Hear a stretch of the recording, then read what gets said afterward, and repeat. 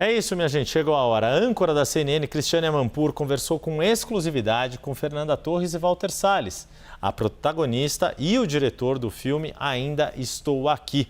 A obra conta a história de Eunice Paiva, uma mulher que tem o marido sequestrado durante a ditadura militar, o ex-deputado Rubens Paiva. O longa brasileiro foi indicado em 3 categorias do Oscar, incluindo a de melhor filme. Então, agora, pegue a sua pipoca, não é o filme, mas você vai ver a íntegra da entrevista de Christiane Amanpour com Fernanda Torres e Walter Salles Jr. Fernanda Torres and Walter Salles, welcome to the program. Great to see you. It was an amazing film, particularly for our times. So let's get to the sort of the basis of it. Fernanda, you play the heroine, Eunice Paiva. It's the true story of her husband, your husband, her husband, who gets arrested, and later we find out what happens to him. You're the mother of 5 children, and it's set during the dictatorship that emerges in Brazil, a US-backed dictatorship, by the way. So just give me the idea of what you were trying to portray, Fernanda. First, I was trying to be faithful to this great woman called Eunice Paiva, who was raised to be like the perfect housewife of the 50s. She was the great woman behind the great man. And then this tragedy happened in their lives, and she becomes a widow with 5 children. And then she goes back to law school. She reinvents herself. I think she finds who she really is after this tragedy, becomes a human rights lawyer, defender of the indigenous rights, of indigenous reserves, and become this amazing woman that nobody knew, actually.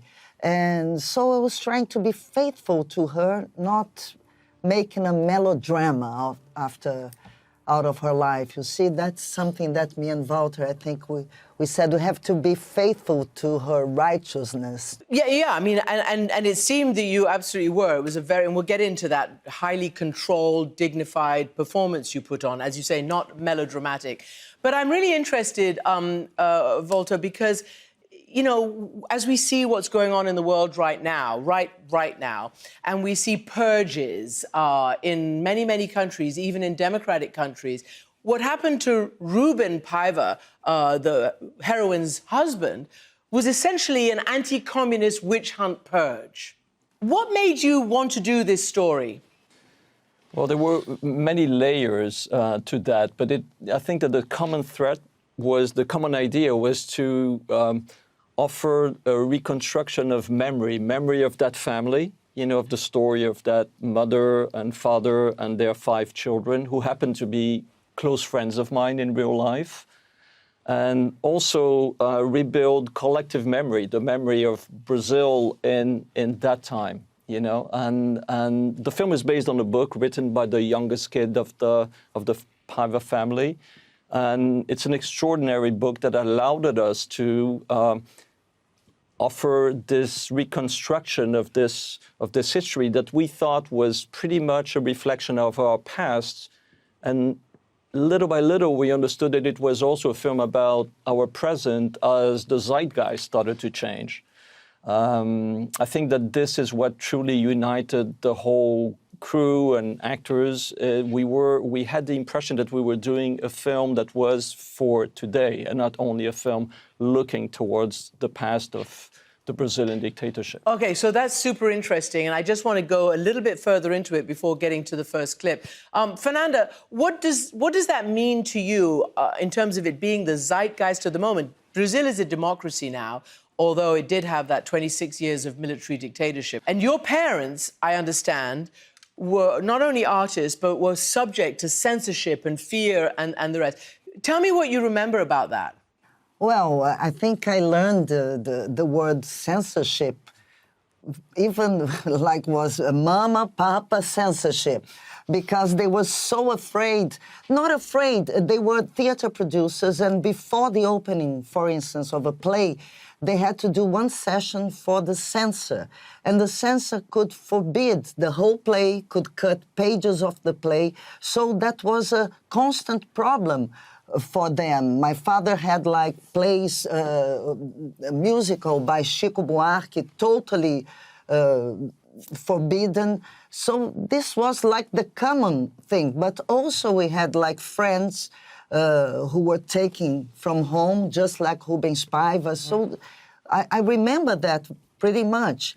And then now what we saw, it was again this kind of witch hunting for communists. Everybody was a communist suddenly. It was a strange time again. And that's why Marcelo Rubens Paiva wrote the book, because his mother was having Alzheimer's and beginning to forget, and he thought that the country also was starting to forget about what did it mean to live in a dictatorship.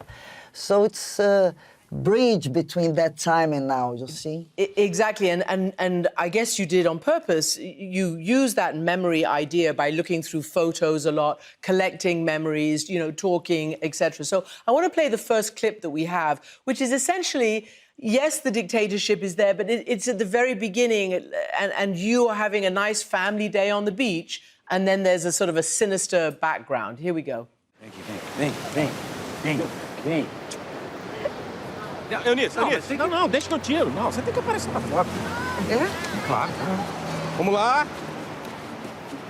Atenção, todo mundo pronto? Vamos lá. Ninguém sério não, hein? Vai. Atenção. Abaixa a dentadura. 1, 2, 3 e... Foi. Droga.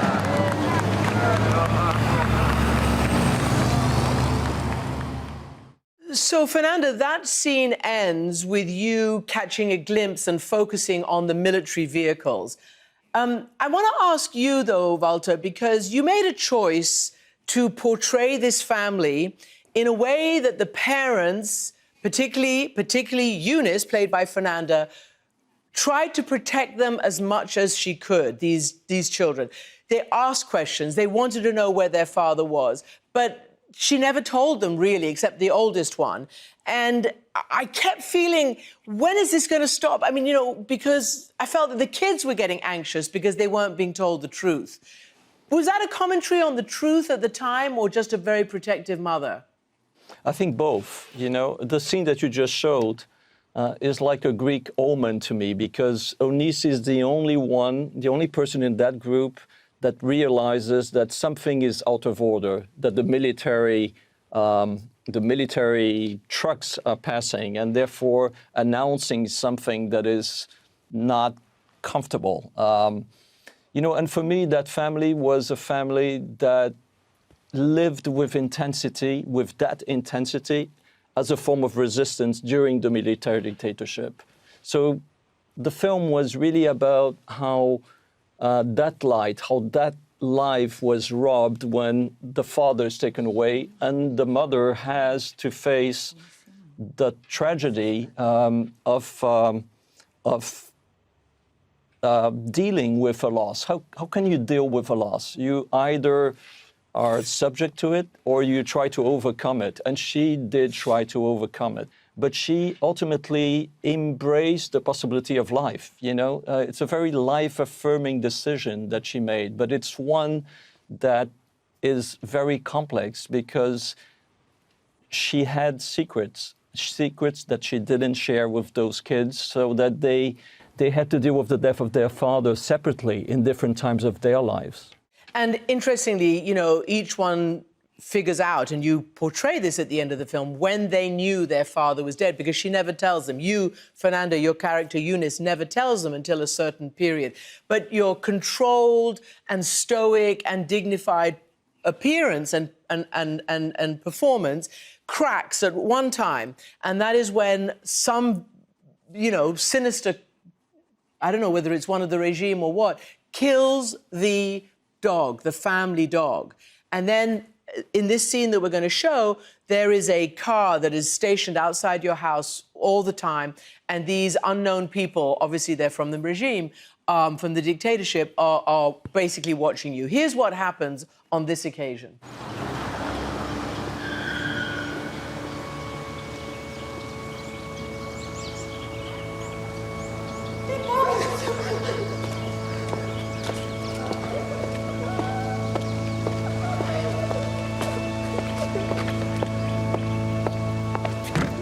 olhando o quê?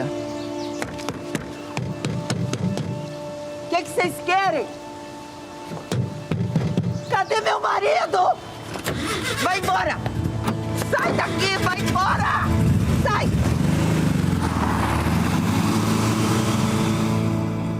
It's so powerful, and in that one moment, you get the whole story of your feelings, your pent-up emotions. You don't yet know, you haven't been told officially that your husband is dead. How did you prepare for that scene, and how did you internalize her? There are many scenes. That's wonderful because Eunice has 5 children. So she cannot sit and cry. She's not allowed to do it. It's a Greek figure. It's a Greek mother. She faces tragedy, and the only way for her to move on and to raise those children and to save their innocence in a way is to just say, smile and move on. And I never worked with it because normally as an actor, you want to show emotions. And in the case of Eunice, you have to restrain them. And the power of it is that the audience sits in the bottom of the chair like, please, do something. So there is something that the audience feels with you. You are not feeling and showing them. They are feeling for you. And I think this is very close to Greek tragedy. And about not telling the children, how can you tell a child that your father was tortured and killed by the state? It's something unbearable. So that's why this story is so powerful. It's a normal family, but facing something like Antigona, something in the size of Greek destiny, a Greek tragedy. And that's what's so powerful for me in the movie. Yeah, you mentioned Antigone, exactly. Walter Salles, there is a wonderful scene, and it's obviously true because you've depicted it, when the family, the Paiva family, Eunice and the kids, are trying to get the story out. Up until now, everybody's been afraid to talk publicly about it. Then they get a magazine to do a story. The magazine wants to show them smiling and a happy family. Tell me about that scene and what, in fact, Eunice decided to do for that shoot. Eunice was somebody in real life and in the film who architectured forms of resistance that were unheard of. And one of them that is quite unique is that whenever they were asked as a family, you know, to cry or to be portrayed as a sad family, she articulated and offered exactly the opposite, to be portrayed as a smiling family. That is, she never allowed herself to be portrayed as being part of a melodrama. She refused that. And the whole scene is about that, the one that you're referring. She realizes actually that one of the kids is smiling and then the second one is also smiling. And inspired by that, she really articulates that idea in the moment. And that's the beauty of it, is that it's not something that was you know, completely rationalized. It's something that comes from the life of the family itself, you know. And it tells so much about a woman that fought, you know, according, you know, not only to her beliefs, but also according to her intuition of the moment. And let me ask those two things. Indeed, and let me ask you about, you know, the full circle and the reaction to today. It is a democracy now, your country, but you have said, I read, that you probably could not get this film done had it been during the Bolsonaro years. And that even after this film was released, evidence came of, you know, plots against your current president, Lula, trying to bring back Bolsonaro. It's very immediate, this stuff, right? Yeah. Yeah, you know, it took us 7 years to do the film, 7 years to be on your program, and we're so proud of this. It's the peak. It's the peak of our journey. But it also took 7 years because we did 3 years of research to make justice to the family, to make justice to the culture, to the authenticity of what we were portraying.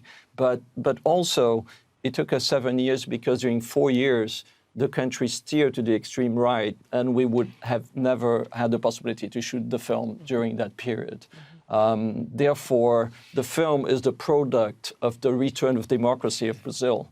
You know, It's really interesting. interviewed President Lula, and it's really his return to the presidency and the return of democracy that allowed the film to exist. We shot it in 2023 without having the slightest idea that there had been a failed attempt of a coup d'etat. A military coup d'etat at the end of 2022. Wow. You know, and as the film was being launched in Brazil and embraced by the audience, that the news actually were unnerved by the federal police that coup d'etat that included the assassination of President Lula, of Vice President Alckmin, had almost been,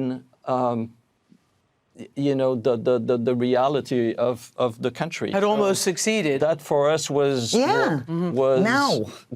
So in the middle of the launch of the film, we realized that more than ever, it was a film about today, you know, about what was happening in the country at this very moment. And clearly, This act of anticipation clearly wasn't in our plans. It's just happened. It's an extraordinary coincidence.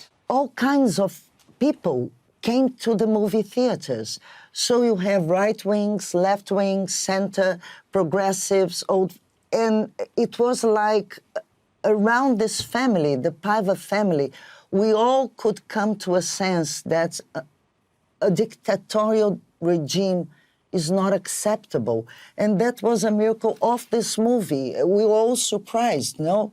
Because all kinds of people were going and getting moved by this family and saying, that's not good. I mean, authoritarianism is not acceptable. yeah. Well, I tell you, it's very powerful. Obviously, you know, the peak is that you've been nominated for Oscars and BAFTAs and everything else. So congratulations, even though the military has never been held accountable for the murder of Rubén Paiva. Thank you so much indeed. Thank you. Thank you very much. Such an honor. Yeah, an enormous honor. Thanks.